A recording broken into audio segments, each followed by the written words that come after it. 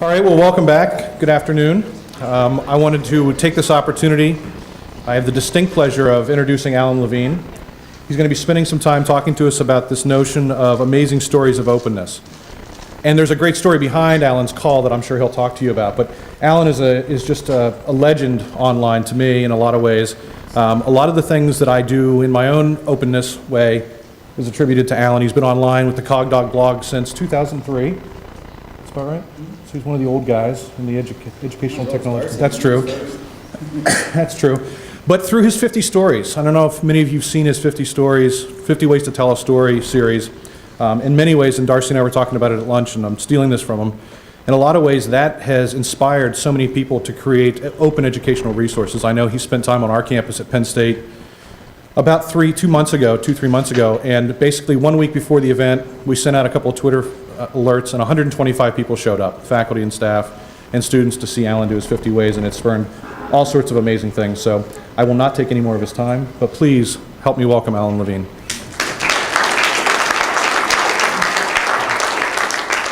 Thank you, Cole. I really wanted to come to this conference, A, because it's Vancouver. I love Vancouver, and B, because like all my friends were coming. Someone said all the cool kids are coming. So that's all you out there.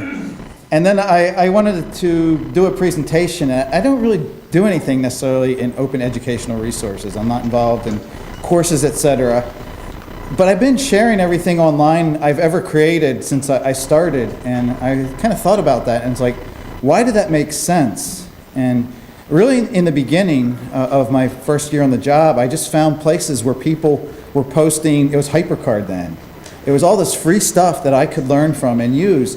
And it just it felt like the natural thing to do, something to throw it into the pile there. And to me, that notion of sharing is something we all know as kids. Kids share their toys, they share everything, and it just seems the natural thing to do. And somehow we school that out of them. So my hope was, I wanted just to collect some like other people's experiences of kind of odd, quirky, strange, exciting things that happened to them because they had shared things on the internet. And that was the premise for my presentation. And I came up with this amazing stories idea. And what I found is I think that scared people off. Like it had to be monstrous, like they did something superhuman or, saved Ethiopia. And I was looking for I should have made amazing little stories of openness that happened.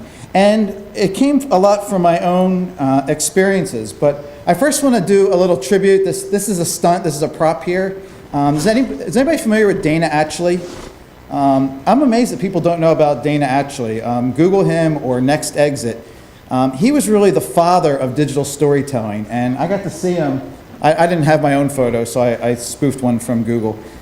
There's not many images of him either. But he would do this multimedia performance of digital storytelling, and he had this little prop of a campfire on the stage to kind of set it. So I just made that kind of a cheap prop. So I have these groups of stories, and they're all on my website. I'm not going to play the full videos. That's really not much of a presentation. I did, when I put out a call for these, say this was like the Tom Sawyer fence painting school. I wanted people to give me my presentation content and do something with it. And then what happened was I spent like 2 weeks editing this, and I realized I was the only Tom Sawyer with the paintbrush. But it was so much fun. So I basically wrote a blog post, sent some things out on Twitter. I set up a Google form and asked people to give me an example of something that happened to them that was kind of extraordinary or special because they had shared something on the internet. And I got a pretty amazing response. So I'm going to more or less talk through some of these, and then I'll play a little bit of the clips. But again, the full stories are online, and I think everybody tells them better than I might, and some of the people are in the room, so I find that pretty exciting. So one of my favorite stories is this thing that happened in my first group. I kind of made these categories. So these are stories about sharing pictures. And probably everybody in this room who does anything on Flickr has sort of, gotten that, strange comment. Or mine was, I found out there's a Flickr group for people who collect photos of graffiti on vegetation. There's a Vegafiti group. There's actually 2 of them with different names. That's another story. But what I found out was I like to take pictures of flowers. I do macro shots of my desert flowers, and I post them online on Flickr, and I don't know what the names are. And I found this kind of amazing thing. You're going to hear that word a lot. that if you put in your caption or your tag, unknown, unidentified flower, that people search on that and they comment and they tell you what it is. And that's pretty extraordinary that people on their own would sort of want to share their knowledge. They look for people who tag things unknown, identified. So I had done this with some flowers, and I used this in a presentation I first did in Australia, where I wanted to talk about this notion of the internet being big. So more or less, I'm going to this is me telling that same story. So I'm doing this talk in Hobart, Tasmania, to a group of about, 50, 60 educators there. And I'm trying to get them excited about, the vastness of the internet, all blah, blah, blah, blah. And I'm telling my flower story. And, I've got these 10, and I just say, let's just pick one. And, I could have gone with the purple one or the blue one. I picked the second one, and it was this orange flower. So I click, and I go to that flower picture, and I say, look, I took this picture of an orange flower, and I said unidentified, etc. And then when I scroll down to the comments, there's this comment from a woman whose name was Kirsta, and she says, in her comment, she says, I think it's ramunculus. I think that's what she said. And I thought, that's it. I made my point here. And then this hand goes up in the kind of 3/4 way in the back of the room, and this woman stands up, and she says, that was me. Okay, my heart, hopefully yours might have done the same thing. My heart literally stopped there. So let me backtrack again. So I take a picture in Strawberry, Arizona, where I am right now, post it on Flickr, say unknown flower. I am all the way over, opposite side of the globe, in Hobart, Tasmania, and I meet the person who I didn't know who commented on my photo in the workshop. I got the picture, everything. I got proof. And that, I keep saying every time I record this. All right, so that's one of my most favorite amazing stories. I'm not going to do all my stories, but a lot of people sent me stories about things that happened because of sharing photos. And I love Mikhail Gershovich's. He's got this story about a stuffed alligator, and there are people looking for stuffed alligators. And when he was about 1.5 years, my wife and I took him to California to see his grandparents. And there, as parents do, we took a bunch of pictures and shot a bunch of video. And I took some of it and I created a comic using Comic Life. And I posted that comic, which featured my son doing cute stuff at a restaurant, onto my blog. And as kind of an extra, just as an aside, I posted a picture that I took at a Russian store on New Year's Eve, in the midst of New Year's Eve preparations. And as some of you may know, for Soviet era Russians, the New Year's Eve is Christmas, New Year's, Halloween, all rolled into one. So it's a big deal. And to mark this big deal, they were selling a whole smoked alligator in this Russian store. And so I took a picture of it and I posted it on my blog. The alligator was very impressive looking. It had big sharp teeth, big mouth that was propped open with chopsticks, and was just very impressive looking. I have to admit it did look kind of delicious, but I did not try it. And I also included a bit of a joke about how this alligator was really Reggie. Reggie was an alligator who had escaped some sort of holding facility in LA and ended up in a reservoir and was kind of menacing the local populace. And so my joke was that this is Reggie who's been caught and smoked and made ready to eat. Anyway, so I got a few comments on my post. Nothing that interesting or out of the ordinary, and sort of forgot about it. And then last summer, about 3.5 years later, I got an email from a guy in Glendale who had been desperately searching for a whole smoked alligator on the web, and he came across my post. And he asked me if I knew where I took the picture, if I knew the name of the restaurant, and I got him all that information. The name of the restaurant is, the store is Rasputin International Food in Encino, California. And so these guys connected over a smoked alligator from a 3.5-year-old blog post. It's wacky, but it's amazing. And also, Mikhail, he recorded this as audio for me, and I wanted to do all these as videos, so I needed to find pictures. And I could find Rasputin. It took me 30 seconds to find the Yahoo page for this place in LA that's sold this smoked alligator. So that's a great one. And Darcy Norman here in the front row, I mean, he could fill, you know, the afternoon with some great, amazing stories. And he gets a lot of Flickr traffic for his photos, which are really good. And his story is he was, you know, Darcy's an avid bike rider, and he was riding to his dentist, and he like rode over a bridge, and probably just like, just without even giving it a thought, said, oh, that's kind of neat, took a picture of this look down the train tracks that you'll see. And he posted it on Flickr, and then something happened. I get to work and I post the photograph online, where all of my photographs get posted using a Creative Commons license. Now I use a Creative Commons license basically so that anybody can use the photographs for anything they want without having to ask me. Now why do I do that? It doesn't cost me anything. They can use the photographs to be in books. In this case, I was contacted a few months later by an editor of a small newspaper in my province called Alberta Views magazine. I'd never heard of the magazine before, but the editor contacted me and said, we found the photograph on Flickr, and it actually illustrates very well an article that they wanted to publish. Could they use the photograph? Absolutely. I said, it's under Creative Commons, help yourself for free. And they were quite thankful. So it wound up, as a result of just stopping taking a photograph, putting it on Flickr, it got used in a pretty prominent way. So, you know, I honestly would have never thought when I started my career that you could, you know, put a picture someplace and some magazine would find it and put it in a print publication. And does anybody else have that experience in the room? Yeah, I see some hands going up, and it's pretty common. And honestly, I don't go anywhere to look for images for anything I need to visually except Flickr Creative Commons, and I've never been disappointed. Usually it's the opposite problem. I find so many things that I end up wasting too much time because I just keep going one picture in deep. Tom Woodward, this is great. I sort of known Tom. He's one of these people I know online, and I don't know how long I've known him online, but I've never really met him or even seen him. So a couple of these I did on Skype as two-way videos. People like Darcy actually recorded the videos for me. Tom is another avid photographer. He shares a lot of his stuff on Flickr, and he has two stories about museums finding his photos and putting them into actual museum exhibits. One day, I got an email through Flickr from someone in Russia, of all places, who was looking to use a picture of a book I took in the University of Richmond library in a nationally published magazine over there called Hermitage. And I gave my permission, just kind of excited to see it be published or used by anyone, honestly.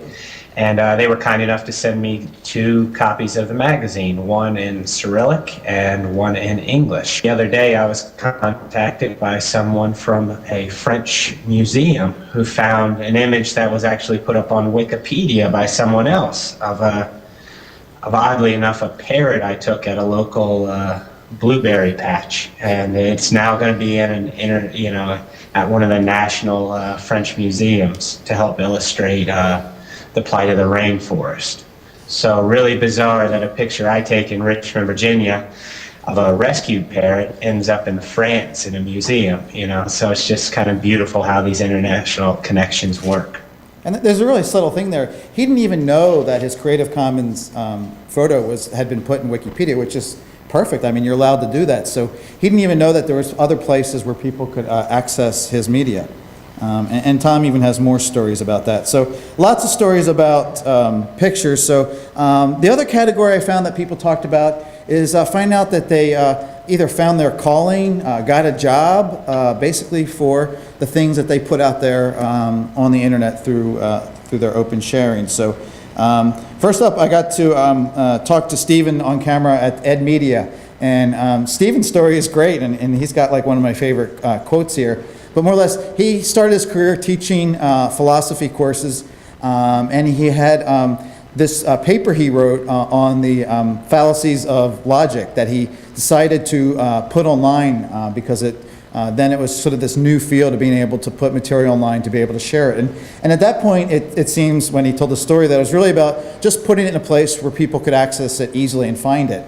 And then he probably forgot about it, but he says it's one of his most frequently accessed things he's ever put online. And that often happens with people who post things early online. They get linked to early.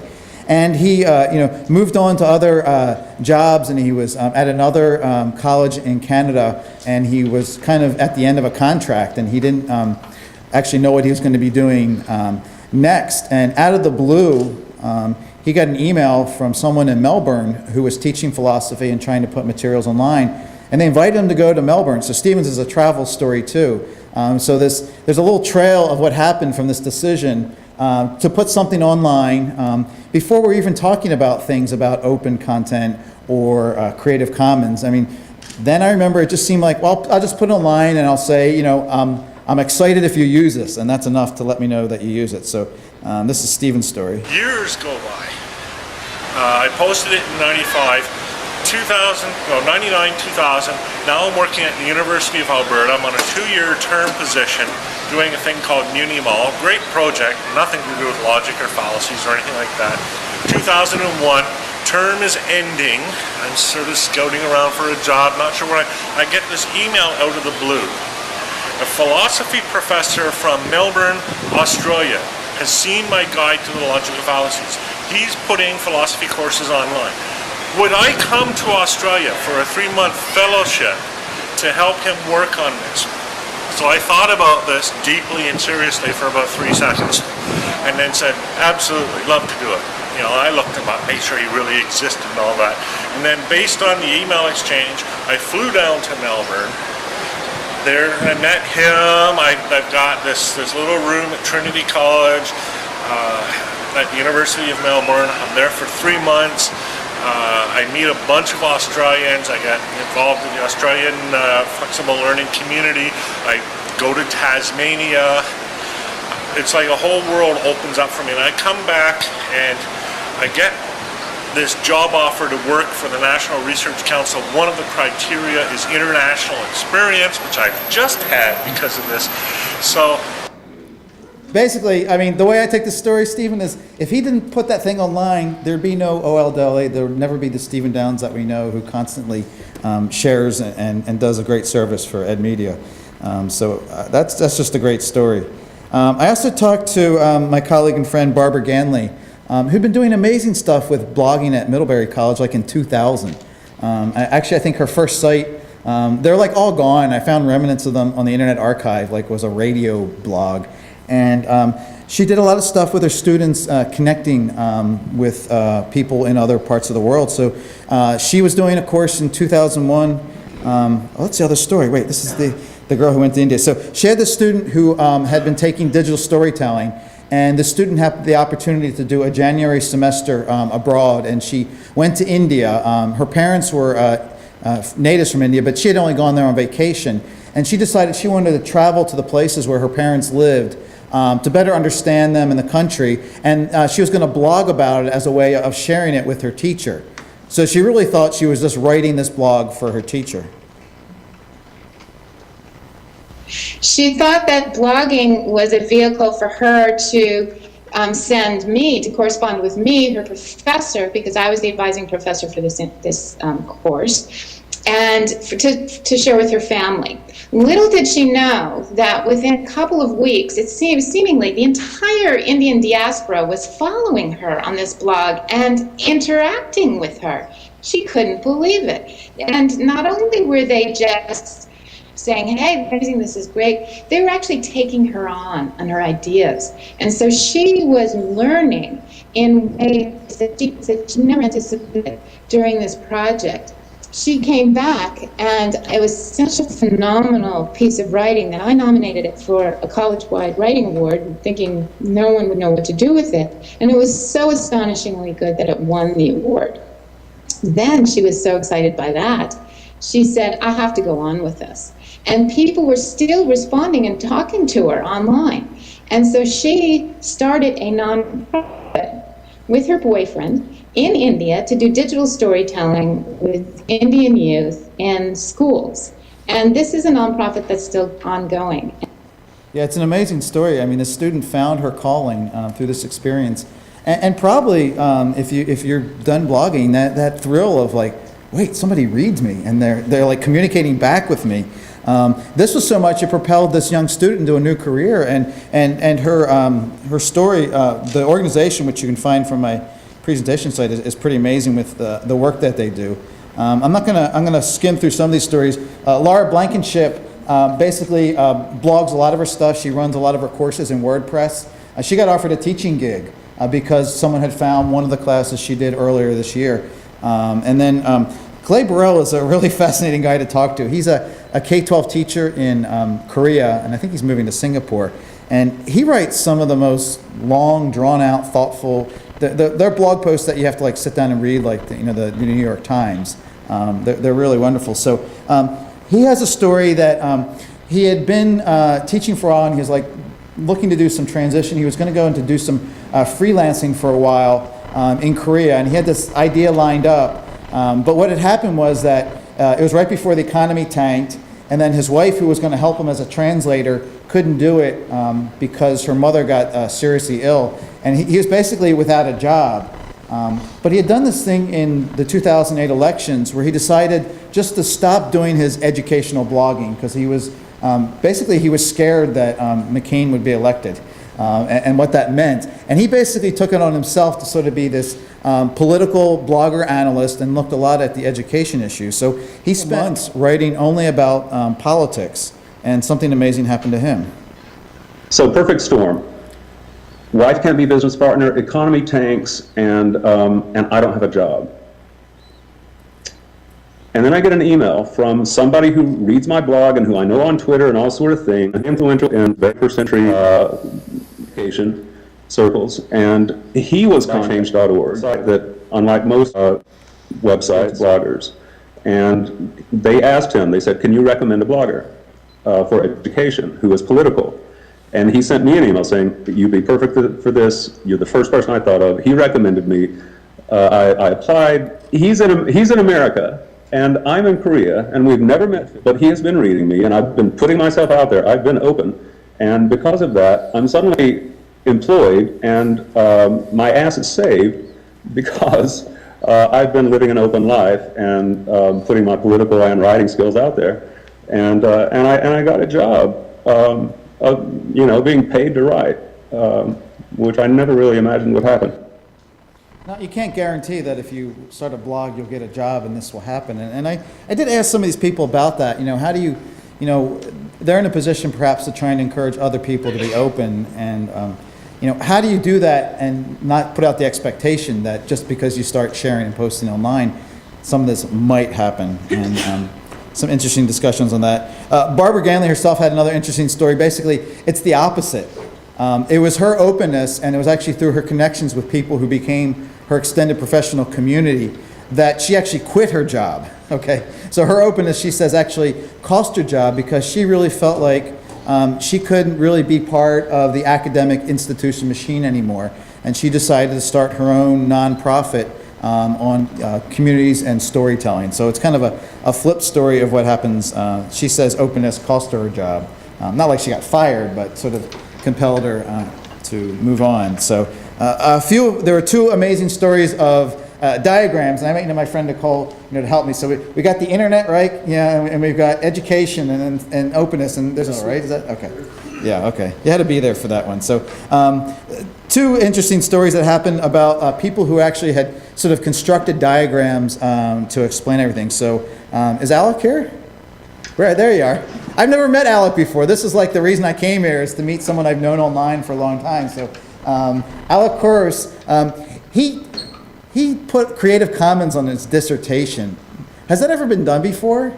I mean, I've been out of the PhD game. I never was in it, but his dissertation is on Scribd and has like 27,000 views. And he has this great story about, when he told probably his advisor he was going to do this, they laughed and said, who's ever going to look at that? And he just pulls up this page that has 27,000 views on a dissertation, which is pretty amazing. But Alec has this really famous diagram of the network teacher, which has spread out of multiple forms. It's been translated. People have redrawn it, and even he's revised it himself. So this is an amazing diagram. And my amazing story of the diagram that I published, it came with my 2006 dissertation. It was called The Network Teacher. It's a little diagram, pretty simple, and it was the one piece that really grabbed people's attention for my dissertation. It's been seen hundreds of times. A lot of people would recognize it. And it was translated in a number of different languages. Yeah, and I think I lost track of it. It was like Portuguese and Greek and Italian and German, and I saw it this morning. You know, it continues to be remixed. So it is a pretty amazing diagram, and it actually inspired, I think it was a student in Stephen and George's course last year, who actually did a video kind of based on that called the Network Student, which is a really great piece of work, kind of following on Lee Lefevre's Plain English story. And then Scott Leslie has another amazing diagram. And I remember when this happened, because I think it was in 2003, he was preparing some workshops to introduce some BC educators to blogging. It was a new thing. And the way he describes it, he just had this inspiration out of the blue to come up with a matrix to describe the different ways of using blogs in education. And he said, I had to get this down on something. And he said, I grabbed the first piece of software that I could do it, which was Microsoft Word. And he says how crappy a diagram was. But it was a beautifully designed diagram. And I remember sharing it when I was at Maricopa when it came out, because it really made it easy to understand what the potential uses were for a diagram. And then the amazing bit for me happened. came when, sort of out of the blue, I got this email from a guy in the UK called Tony Lowe. Tony was quite the Flash expert. And so he had taken the matrix and basically redid it as a Flash app, so that you had the sort of the axes, but you could actually see the different uses and place them in the different quadrants on the matrix. And he just sort of said, I hope this is okay. I was kind of inspired by your diagram, and I turned it into this Flash app. You know, and sent it to me, and was I okay with it? Well, I was overjoyed, and so I promptly blogged it and pointed people to it, saying, look, you share this, and this is what happens. And in blogging it, I also made a few comments, just my own feedback. This is fantastic, and wouldn't it be great if you could, in fact, make this interactive, so that people could actually add new uses to place on this matrix and sort of use it as a teaching tool and a brainstorming tool. And sure enough, probably 8 months later, again, so no conversations with Tony, just this blog post that I write, reflecting back on what he's done, thanking him for his work, and off we go. And 8 months later, I get another email saying, that was a good idea you had, and so I ran with it. And so here's the interactive version of this. And in fact, we've gone further. We've actually developed an authoring tool for creating not just this matrix, but actually many other different types of, educational Flash animations. And the matrix of blog uses in education became one of their sort of examples that's still to this day on their website. And so, yeah, so it's a flat static diagram, and now it's a Flash app. It's kind of like he calls it a wiki, because basically people can add elements to it and publish and share it. And again, it happened because Scott put this thing out in the open and said, do something with it. So lots of amazing stories of travel. Again, people, find your work online, and they invite you to go places, and sometimes they even, pay you to speak there. So a couple people, I'm not going to go through mine. Nancy White has this great story. This was filmed at a outside dark bar in Hawaii with the wind howling and someone lighting, someone's lighting her face with a flashlight. But Nancy is done incredible work with sharing her work on communities and online facilitation. And she had shared a lot of her resources, and someone found it again online who was getting ready to do, had some grant money to do some works with setting up communities in Asia. And something amazing happened to her. This guy was really interested and interesting, and in a course of about 15 minutes we'd exchanged like 5 emails, and I said, well, I'm running a workshop on online facilitation online, would you like to take it for free? And he said, yeah, I'd really like to, because your materials have been really helpful. And so I invited him into the workshop, and all my materials are always open and available. And out of that, I got an invitation to go to Baku, Azerbaijan, and Tbilisi, Georgia, to work with people from Azerbaijan, Georgia, and Armenia on a first trans-boundary online community for small and medium business enterprises.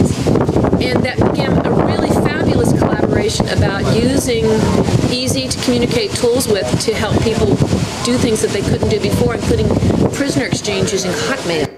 And I mean, Nancy had this great quote that I think was in my other one, and she says, it's really not about open resources. Openness is an attitude, and I love that. I've been thinking about that quite a bit. Darren, I'm going to mangle his name. Sorry, Darren. Karapatwa.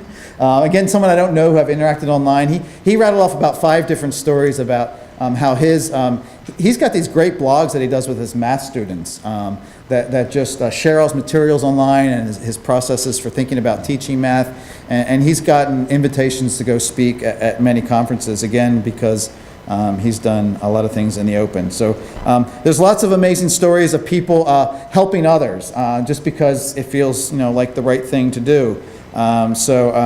Sue Waters, who's with EduBlogs, talks in her video a lot about how she started, she teaches aquaculture, which is raising fish. And more or less she got interested in using technology, and she just found if she shared some of the things she was trying, whether it was new software or podcasting, etc., people would respond and give her suggestions and help, and that really inspired her more or less to go in this field to be a helping person. So she has a story about a K-12 teacher in Tasmania who had participated in a project they were doing called the 31-day blog comment challenge. And the idea was to inspire people to read blogs and comment back to them and keep the communication going. And this one teacher got so excited about it, she took the idea and created blogging challenges for her primary students. And it's been a really successful model. And this teacher now has gone in a span of about 2 years from being new to technology, new to blogs, and kind of got excited by this activity that she more or less is now paying it forward in terms of helping other teachers who find her material. So it's a nice chain of sharing that happens because of that. And then, again, George Siemens could talk a lot about the amazing things that happen in sharing in his Connectivism online course last fall. And this is just one small one, the fact that people on their own voluntarily translated the materials into multiple languages. One, we had about 5 different translations, Portuguese, Chinese, Spanish, can't even remember the other translations, but of the course syllabus itself by participants in the course who, because we hadn't locked it down or copyrighted it, they were able to take this material and make it translated into for their own use. That was one thing that, for me, is just a real indication that when you make something open, you make it available for a global audience. And again, it's just, to me, I just like that part where people on their own said, I think I have a good idea and it'd be worth doing. And it's not like George and Stephen asked their students to translate their materials. The fact that they were out there and people could access them and they could come up with the idea and says, I think this should be out in Portuguese, so, et cetera. So, and there are some amazing stories of open organizations. They really exist. My friend Cole Camplisi shared just a few stories about some of the things that are happening at Penn State University, where openness is happening on a pretty big scale. More than that, I want to talk to you a little bit about some of the platforms we've been building here at Penn State. And they've led to an amazing amount of unintended or incidental openness. So our Blogs at Penn State platform, for example, 10,000 users at the end of the spring semester, all of them open. All of them. And what that means is that people all over the state of Pennsylvania, all of our campuses, 24 of them, are creating course materials that are open. Students are writing essays in the open. Faculty are authoring papers in the open. Communities are forming, and things are just happening that would have never happened. Students are posting pictures, video, you name it, all in the open. And my alarm clock went off. That's telling me I got 5 minutes left, and I got through about 2/3 of my stories here, so I'm going to do a real quick synopsis and then scoot out the back door. Terry Anderson had here's a guy, he's like an unsung hero. I mean, he's been running online open academic journals for 10 years, and he's published his textbook online for free. He's gotten I forget the Canadian organization to finally approve the International Journal of Online Research, I can't remember the acronym. But now it's actually finally recognized as a real journal because of the caliber of the work they do. Tony Hurst has a great story. He kind of made it an offhand, Tony makes lots of comments on blogs. And they're not just like, great idea. Tony actually was contributing to this discussion about open data in the UK, and more or less he got quoted in the Guardian newspaper, more or less pulled out of his blog. He calls it an unintended consequence of opening, but it's actually a pretty good story. I have my own story of how a picture of my car in Death Valley ended up on the cover of a German rock band CD. I had fun with that. Barbara had a story of her students early blogging, connecting with people in Ireland, and said, we have to go to Ireland to meet these people. So just because of the students' experience in connecting with people they don't know, students said, it's important to take this to the next stage, and they got permission to do that. Lee Blackall, are you here, Lee? Where are you? He talks mainly about how his sort of philosophy of sharing as he's learning new technologies really brought him connectedness in terms of colleagues around the world. And that's how I first got to Lee, and we actually worked on some projects last year. Oh my God, there's so many great stories. Jennifer Jones, I was trying to nail her down to record this, and her schedule wouldn't allow it. So she sent me these 3 phrases. So I said, well, I'm going to get her. I'm going to make it into a video myself. So I just turned her story into a small video.